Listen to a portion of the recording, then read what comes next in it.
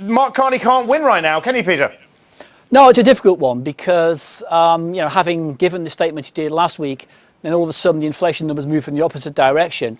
It makes life more difficult, but, I get the sense very much that the Bank of England is much more concerned about the real economy rather than inflation. Now, admittedly, the inflation figures make it much more difficult to sell the idea of the need for a rate hike, but I still think that fundamentally rates are too low given where the economy is today and that a rate hike is still possible. Do you think he was premature, though, Carney, in touting the prospect of a hike?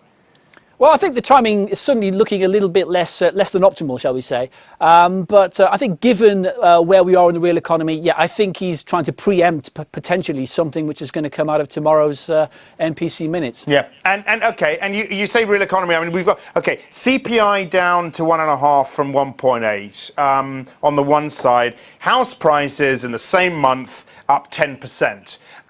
What do you think he should be looking at?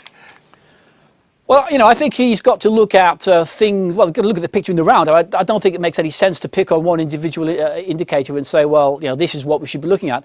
The simple fact is that the economy is growing at a rate of around about 3%. Interest rates are at 320-year lows.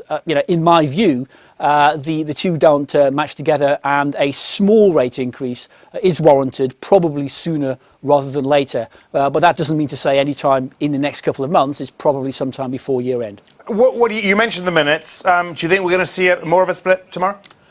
Well, I certainly think there's a strong possibility that we'll see at least one member pushing for a rate hike. The smart money suggests Martin Wheel might have broken ranks. It'll be the first time in 3 years that anybody's actually pushed for a rate hike. And I rather suspect that Mr. Carney was trying to preempt that with his comments last week. We've got you here. I want to talk to you about Germany as well. The ZEW, investor confidence, this index of investor confidence, another fall, the 6th month in a row. What's happening in Germany? I know the current assessment component is up at its highest level since June in 2011 or thereabouts. What is going on in Germany's economy, Peter? Well, I think if we look at what the ZEW is saying and what's actually happening in the real economy, they're not exactly running together because the economy is still growing rather strongly.